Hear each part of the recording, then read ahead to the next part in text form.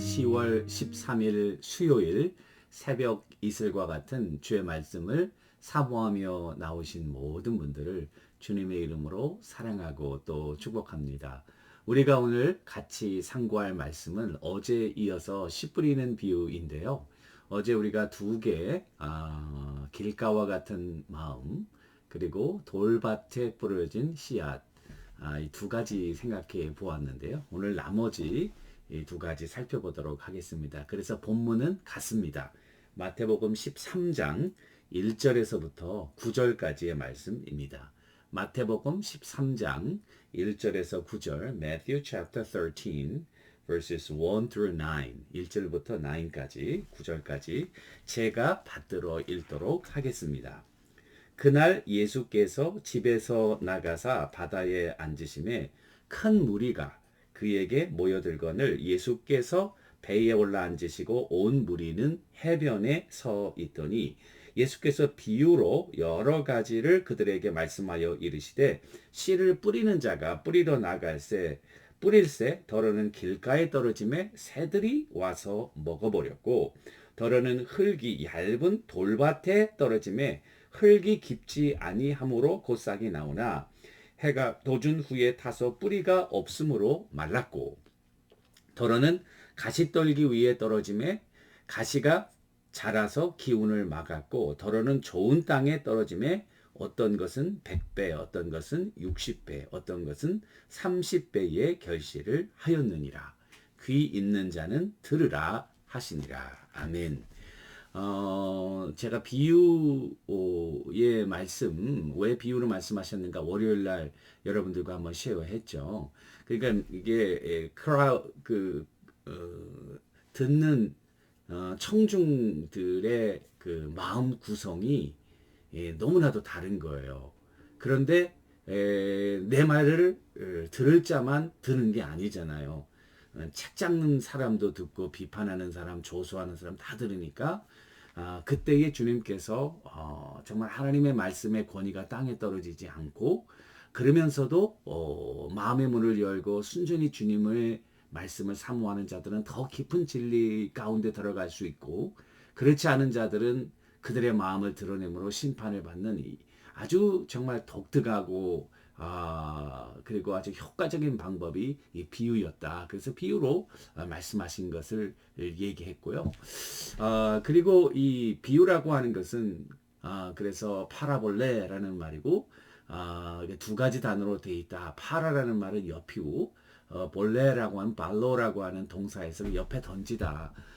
그래서 보이지 않고 어려운 영적인 진리들을 우리 일상생활에서 늘 보고 경험하고 그리고 하는 그런 일들을 옆에 던져 놓는 거예요. 그러면은 보이지 않고 또 어려운 영적인 진리는 깨닫기 힘들잖아요. 그런데 일상에서 보고 듣고 경험한 것들은 너무나도 쉽잖아요. 그러니까 그걸 보면서 이렇게 비추어 보니까 이게 이런 뜻이구나. 근데 마음의 문이 열린 자들은 그걸 깨닫는 거예요. 그렇지 못한 자들은 마음이 더 강팍해지는 그런 하나님의 방법이었습니다. 그래서 지난번에 생각할 때 우리가 길가와 같은 마음, 길가와 같은 마음은 unresponsive heart라고 해서 이 사람이 많이 길을 밟고 다니니까 마음이 아주 단단해져서 말씀이 비집고 들어갈 틈이 없는 거죠. 그때에 씨앗이 떨어지면 새들이 와서 먹어버렸고 그 새들은 사단이다. 그래서 사단이 말씀을 다 빼앗아 가버리는 그와 같은 마음의 상태인 것을 우리들에게 보여주고요. 이 unresponsive heart는 마음이 단단하니까 여러분 단단한데 씨를 뿌리면 씨가 자라겠어요. 어떻게 하겠습니까? 그래 파내야죠. 그리고 다 기경해서 다시 위에 거 뒤에 엎고 흙을 그렇게 해야 되는 거죠. 그러니까 이게 new heart transplant를 해야 된다고요. 심장 이식 수술, 새 영을 너희에게 준다.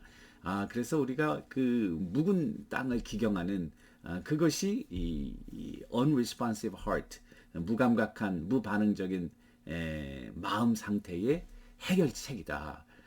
두 번째는 이 돌짝밭인데 돌짝밭은 이 아주 quick response 반대죠. 첫 번째하고 quick response 아주 빠른 반응이 이 특징이에요. 그런데 문제는 뭐냐면은 어려움과 환란이 오면 곧 넘어진다는 거예요. 말씀을 받을 때는 막 기뻐가지고 좋은데 조금만 어려움이 있으면은 금방 실망하고 낭망하고 신앙에서 떠나버리는 그런 형태죠. 그 이유는 뭐냐면 뿌리가 깊지 않는 거예요. 그러니까 뿌리가 깊는다는 것은 여러분 뿌리는 말이죠. 정말 어떻게 깊어지냐면은 오히려 어려운 가운데서 뿌리가 깊어진다고요. 그리고 환란 가운데서 뿌리가 깊어진다고요. 우리가 언제 머슬이 자라나나요?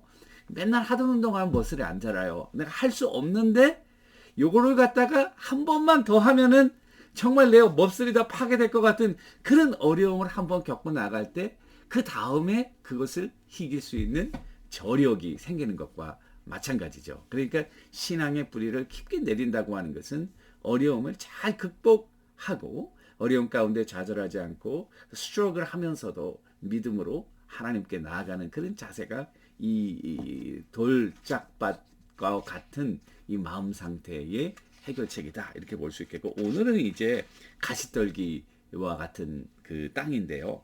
이 가시떨기와 같은 땅은 영어로 얘기하면 preoccupied heart. 그래서 이미 점령당한 마음인 거예요.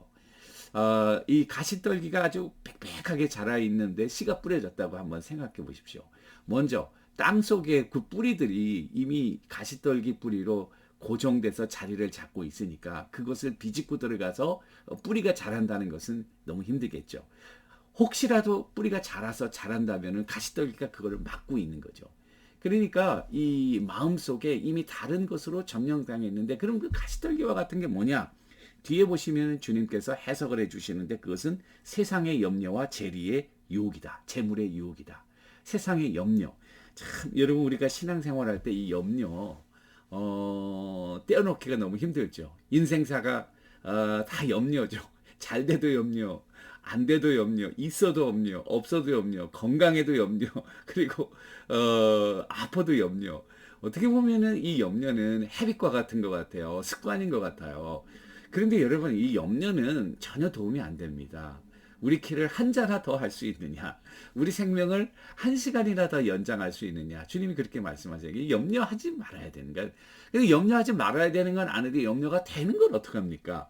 그럴 때의 방법은 뭐냐면은 제가 생각할 때는 경험적으로 믿음이다. 여러분 믿음은 의도적으로 내가 지금 염려가 되는 거예요. 근데 의도적으로 그것을 트는 거예요. 의도적으로 트는 것은 내가 지금 염려를 하고 마음을 뺏겼구나. 그러면은 이 염려를 어떻게 떨쳐버릴까? 여러분 성경에 보니까 시편 55편 21편 21절 내 짐을 여호와께 맡겨버리라. 너를 붙드시고 의인의 요동함을 영영이 허락지 아니하시리라. 이게 굉장히 중요한 말이에요. 내 염려를 주께 맡겨버리라. 주님께서는 의인의 요동함을 영원히 허락하지 않는다. 영어 성경은 Cast your cares on the Lord and He will sustain you. He will never let the righteous fall. 이렇게 돼 있어요. 그러니까 이게 cast라고 하는 것은 여러분 낚시할 때 cast 던지는 거 아니에요. 염려는요 가만히 있어가지고 떨어지는 게 아니라고요. 의도적으로 던져야 된다. 어디에다 던지냐? On the Lord. 주님을 타겟을 해서 던져야 된다고요.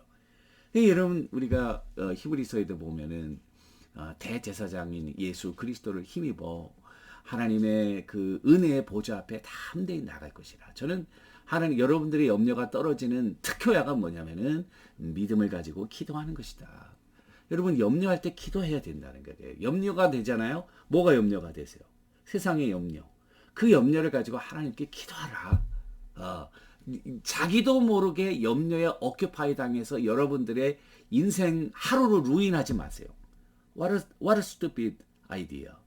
우리도 모르게 염려의 마음을 당해가지고 우울하고 그리고 그 몸도 안 좋잖아요. 건강에도 안 좋고 혈압도 올라가고 당뇨도 올라가고 너무 안 좋아요. 바로 그 시간에 염려가 올 때 딱 믿음의 방패를 여러분 치셔야 돼요. 그리고 하나님 앞에 기도해야 돼. 주여 당신께 맡깁니다. 하나님 도와주옵소서. 주님 더 큰 믿음 주옵소서.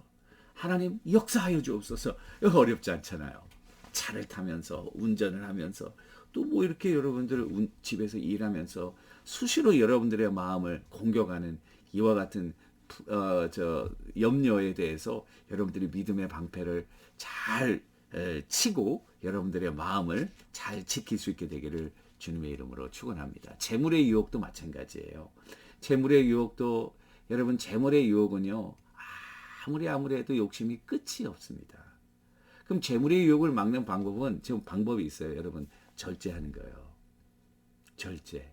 그러니까 내가 있는 줄로, 여러분, 디모데서에 보시면 뭐라고 되어 있어요? 있는 줄로, 디모데후서 6장. 그러나 자족하는 마음이 있으면 경건에 큰 유익이 되느니라. 우리가 세상에 아무것도 가져온 것이 없음에 또한 아무것도 가지고 가지 못하리니 우리가 먹을 것과 입을 것이 있는즉 족한 줄로 알지어다. 그러니까 여러분, 이거 얼마나 지당한 말씀이에요. 우리가 맨손으로 왔다가 빈손으로 가잖아요. 그리고 그 중간에 모든 것을 하나님이 주셨잖아요. 그리고 우리가 굶지 않지 않습니까? 옷도 입지 않습니까? 뭐 집도 있지 않습니까? 여러분, 차도 있잖아요. 우리 필요한 거 다 있잖아요. 뭐가 걱정입니까? 하나님이 자기 자녀들을 먹인다는 거죠. 자, 그래서 우리가 그 절제한다는 것은 어떻게 보면은 자유로 가는 지름길이다. 절제하지 못하는 사람은 오히려 노예가 돼요. 참 이상한 말이에요. 절제하면은 이렇게 리스트릭티브 하니까, 제한적이니까 오히려 노예적인 좀 그 삶을 살 것 같은데, 근데 여러분들이 모든 것을 절제할 수 있다면은 you can feel freedom. 어느 것으로부터 여러분들이 그 제한을 받지 않는다는 것입니다. 돈에 대해서 여러분들이 이런 자족하는 마음이 있으면 돈에 대해서 자유로워지는 거예요. 어떤 사람은 술 같은 거 막 문제가 있어서 계속 마셔야 되는 거. 그런데 술을 절제하면은 술에 대해서 자유로워지는 거죠. 그러니까 어떻게 보면은 방종이 우리를 자유롭게 하는 것이 아니라 반대로 절제가 우리를 자유롭게 하는 거예요. 여러분, 그 가인이 아벨을 죽일 때에 하나님이 뭐라고 하셨냐면은 죄의 유혹은 너에게 있지만은 너는 죄를 다스릴지니라. 그 죄를 다스린다는 말이 다 죄를 절제한다는. 네 죄의 유혹이 막 호랑이가 그 타겟을 잡으려고 움츠리고 있는 것처럼 내 마음에 움츠리고 있는데 you control your desire. 그거를 다스리라. 이 절제는 성령의 열매잖아요. 하나님의 은혜 가운데 성령께서 우리에게 절제할 수 있는 마음을 주시는 거라고요. 그러니까 이게 하나님께 의지하면서 이럴 때에 여러분의 마음속에 이 preoccupied heart를 치료할 수 있다는 것입니다. 마지막으로 이제 옥토와 같은 마음은 잘 준비된 마음이죠. 여러분, 옥토는 한 가지만 기억하시면 돼요. 저절로 되나요? 여러분들 가드닝 하실 때요, 가드닝에 한 일주일만 내버려둬 보세요. 깨끗하게 정리하고 일주일만 내버려둬 보세요. 그 가드닝이 그대로 있나요? 아니죠. 일주일 뒤면은 잡초로 아마 한 반은 차 있을 것입니다. 옥토를 만드는 방법은 케어하는 거예요. 매일매일 들여다보고 잡초 있으면 뽑고 잘못된 거는 정리하고. 우리 마음도 그렇다는 거예요. 그렇게 마음을 하나님 중심으로 쓸데없는 생각, 염려, 근심, 그리고 나쁜 욕망들, 이런 것들을 하나씩 제거하는 거예요. 성령님의 도우심으로, 말씀으로, 기도함으로. 그러면은 옥토와 같은 마음이 되면 말씀의 씨앗이 떨어지면 열매 맺게 되는 거예요. 열매 맺으면 100배, 60배, 30배. 하나님의 놀라운 역사가 이루어진다는 거예요. 오늘 하루를 시작할 때 우리 마음이 이 하나님의 나라가 이루어지는 영적인 영토인 것을 깨닫고 내 마음을 잘 컨트롤하시면서 옥토와 같은 마음으로 만드셔서 말씀의 씨앗이 떨어질 때 많은 열매로 하나님을 기쁘시게 하는 한날의 삶이 되기를 주님의 이름으로 간절히 축원합니다. 기도하겠습니다. 하나님 아버지, 오늘도 나의 마음의 상태가 어떤지를 살펴보고 옥토와 같은 마음이 되어 열매 맺어 주님을 기쁘시게 하는 주의 종들 다 되게 하옵소서. 예수님의 이름으로 기도합니다. 아멘. 오늘도 주님과 동행하시는 여러분들과 제가 되기를 주님의 이름으로 간절히 축원합니다. 감사합니다.